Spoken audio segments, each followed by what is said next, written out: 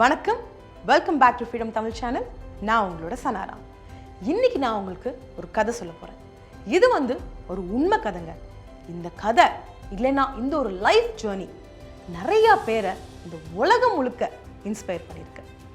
இந்த கதை எங்கே ஆரம்பிக்குதுன்னா 1959ஆம் ஆண்டு 7 பெண்கள் மும்பையில் ஒன்று சேர்றாங்க. எதுக்கு? ஒரு கனவை நினைவாக்குறது. இவங்க கிட்ட காசு இல்லை, பிஸ்னஸ் எப்படி பண்ணும் அப்படின்ற ஒரு நாலேஜ் இல்லை, எக்ஸ்பீரியன்ஸ் இல்லை. ஆனால் பண்ணணும், ஜெயிக்கணும் அப்படின்ற ஆசையும் ஆர்வமும் இருந்துச்சு. தெரிஞ்ச ஒருத்தவங்க கிட்ட இருந்து 80 ரூபாயை வாங்கி அவங்களோட பிஸ்னஸை ஸ்டார்ட் பண்ணுறாங்க. என்ன பிஸ்னஸ் ஸ்டார்ட் பண்ணாங்க? அவங்களுக்கு சமையல் பண்ண நல்லா வரும், அதையே பிஸ்னஸாக கன்வெர்ட் பண்ணி அப்பளம் பண்ணி விற்கலாம் அப்படின்னு சொல்லி டிசைட் பண்ணுறாங்க. ஸோ இவங்க எல்லாரும் சேர்ந்து அப்பளம் பண்ணி விற்க ஆரம்பிக்கிறாங்க வீட்டில் இருந்தே. இவங்க அவங்களோட அப்பளத்தை பண்ணுறதுக்கு சிறந்த பொருட்களையும் பாரம்பரிய முறைகளையும் ஃபாலோ பண்ணுறாங்க. அதனால அதோட டேஸ்ட்டு அவ்வளோ நல்லா இருக்கு. இன்னொரு விஷயம் என்ன அப்படின்னு பார்த்தோம்னா, இந்த டேஸ்ட் இவ்வளோ நல்லா இருக்கிறதுனால எல்லாருமே இந்த அப்பளத்தை பற்றி பேச ஆரம்பிக்கிறாங்க. போய் சொல்கிறாங்க, இந்த மாதிரி உங்கள் பெண்கள் அப்பளம் பண்ணுறாங்க, அவ்வளோ நல்லா இருக்குது, நீங்களும் போய் வாங்கி பாருங்க அப்படின்னு. ஸோ எல்லாருமே அதை வாங்க ஆரம்பித்த உடனே இவங்களோட இந்த ப்ராடக்ட்டுக்கு டிமாண்ட் கூடுது, பிஸ்னஸ் பெருசாகுது. இன்னும் நிறையா பெண்களை ஹையர் பண்ணுறாங்க. ஸோ இவங்க கஷ்டப்படுறாங்க, கையில் போதுமான அளவு காசு இல்லை, நிறையா பிரச்சனைகள் வருது, சொசைட்டிலேருந்து ப்ராப்ளம் வருது. ஆனால் இந்த 7 பெண்கள் அவங்களோட இந்த கனவை விட்டு கொடுக்கவே இல்லை, கஷ்டப்பட்டு ஓடிட்டே இருக்காங்க. அண்ட் இப்போ அவங்க கம்பெனியோட நெட்வொர்க் பற்றி சொல்லணும் அப்படின்னா, 80 ரூபாவை கடன் வாங்கி ஸ்டார்ட் பண்ண இந்த பிஸ்னஸை 1600 கோடிக்கு மேலே ரீச் பண்ண வச்சுருக்காங்க. இப்போ பார்த்தோன்னா 45,000க்கும் மேற்பட்ட பெண்கள் இந்த கம்பெனியில் ஒர்க் பண்ணுறாங்க. கோடிக்கணக்கான பேர் இன்ஸ்பயர் ஆன இந்த ஒரு ஸ்டோரி எந்த கம்பெனியோடது? லிஜத் பாப்பட். இதோட ஒன் ஆஃப் த ஃபவுண்டர்ஸ் தான் பத்மஸ்ரீ அவார்ட் வாங்கின நம்மளோட ஜஸ்வந்தி பென் ஜெம்னதாஸ் பாப்பட். நான் சொன்ன மாதிரி 80 ரூபாயில் பிஸ்னஸ் ஆரம்பிச்சு இப்போ இவ்வளோ பெரிய சாம்ராஜ்யத்தை உருவாக்கியிருக்காங்க. கிட்டத்தட்ட 45,000க்கும் மேற்பட்ட பெண்களுக்கு வேலை வாய்ப்பு கொடுத்துருக்காங்க. இன்னும் இது வளர்ந்துட்டு இருக்கு. நம்ம எல்லாருக்குமே ஞாபகம் இருக்கும், சின்ன வயசுல இந்த டிவியில் இவங்களோட அட்வர்டைஸ்மெண்ட் பார்த்துருப்போம். அந்த ரேபிட், அந்த பன்னி வரும். கண்டிப்பாக அது மறக்கவே முடியாது. கரெக்டு தானே? ஸோ இந்த ஒரு ஸ்டோரியிலேருந்து என்ன மாதிரியான விஷயங்களை நம்ம எடுத்துக்கணும்? Number 1, entrepreneurship. 7 பெண்கள் மும்பையில் மொட்டை மாடியில் ஒரு டிசிஷன் எடுத்தாங்க, நாம் பிஸ்னஸ் ஸ்டார்ட் பண்ண போகிறோம்.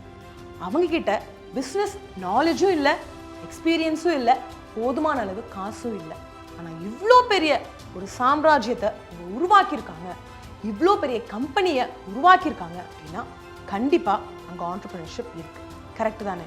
ஸோ நீங்கள் உங்களோட ஓன் பிஸ்னஸை ஸ்டார்ட் பண்ணுறீங்க அப்படின்னா உங்களுக்கு அடிஷ்னல் சோர்ஸ் ஆஃப் இன்கம் வரும். அந்த இன்கம் கண்டிப்பாக உங்களை நெக்ஸ்ட் லெவலுக்கு கொண்டு போகும். ஆனால் ஒரு விஷயம் நம்ம மிஸ் பண்ணக்கூடாது, என்ன அப்படின்னு பார்த்தோம்னா, கஷ்டங்கள் வரும், ஆனால் நம்மளோட கனவை விட்டு கொடுக்கக்கூடாது. இது நம்ம கற்றுக்க வேண்டிய ஃபர்ஸ்ட் லெசன் இவங்களோட லைஃப் ஸ்டோரியிலேருந்து. ரெண்டாவது, இவங்களோட இந்த ஸ்டோரியிலேருந்து கற்றுக்க வேண்டியது என்ன அப்படின்னா பட்ஜெட்டிங். ஸோ பேசிக்லி இவங்க எல்லார்ட்டையும் கொஞ்சம் கொஞ்சம் காசு தான் இருந்தது. அதனால எல்லாரும் இருக்கிற அந்த கொஞ்சம் காசை கான்ட்ரிபியூட் பண்ணி அதை கரெக்டாக பட்ஜெட் பண்ணி ரா மெட்டீரியல்ஸ் வாங்குறதுக்கும் மற்ற விஷயங்கள் வாங்குறதுக்கும் யூஸ் பண்ணாங்க. ஸோ இந்த பட்ஜெட்டிங் அப்படின்றது பிளேஸில் இருந்தனால தான் அவங்களால அந்த பிஸ்னஸை வளர்த்தி இவ்வளோ பெருசாக ஆக முடிஞ்சிச்சு. ஸோ பட்ஜெட்டிங் அப்படின்ற ஒரு விஷயம் பிஸ்னஸ் ஆகட்டும், பர்சனல் லைஃப்பில் நம்ம ஸ்பெண்ட் பண்ணுற நார்மல் எக்ஸ்பெண்டிச்சர் ஆகட்டும், அங்கே கண்டிப்பாக இருக்கணும். மூணாவது விஷயம் சேமிப்பு. கண்டிப்பாக இந்த விஷயத்தை நம்ம கற்றுக்கணுங்க. ஏன்னா நம்ம கையில் இவ்வளோ காசு இருக்குது, அது எல்லாத்தையும் செலவு பண்ணிட்டோம்னா நம்ம அந்த காசை வளர்க்கவே முடியாது. இவங்க சேமிச்சிருக்காங்க. ஏன்னா இப்போ தானே சொன்னோம், எல்லாருக்கிட்டையும் கொஞ்சம் காசு தான் இருந்ததுன்னு. பட்ஜெட் போட்டதோடு சேர்ந்து சேமிப்பு அப்படின்ற ஒரு விஷயத்தையும் கொண்டு வந்தனால தான் இவ்வளோ ரா மெட்டீரியல்ஸ் வாங்கலாம், இவ்வளோ எக்யூப்மெண்ட்ஸ் வாங்கலாம் அப்படின்னு சொல்லி இருக்கிற அந்த கொஞ்சம் காசை கரெக்டாக யூஸ் பண்ணி அவங்களோட பிஸ்னஸை இவ்வளோ பெருசாக வளர்த்திருக்காங்க. ஸோ இந்த சேமிப்பு அப்படின்ற ஒரு விஷயம் அங்கே இல்லைன்னா கண்டிப்பாக அவங்களோட வெல்த் இவ்வளோ பெருசாக வளர்ந்துருக்காங்க. லாஸ்ட்டாக நம்ம இவங்களோட லைஃப்லேருந்து கற்றுக்க வேண்டிய அந்த ஒரு லெசன் என்ன அப்படின்னு பார்த்தோம்னா இன்வெஸ்டிங். ஸோ இவங்க கிட்ட இருந்த அந்த காசை கரெக்டான இடத்துல இன்வெஸ்ட் பண்ணாங்க. எங்கே?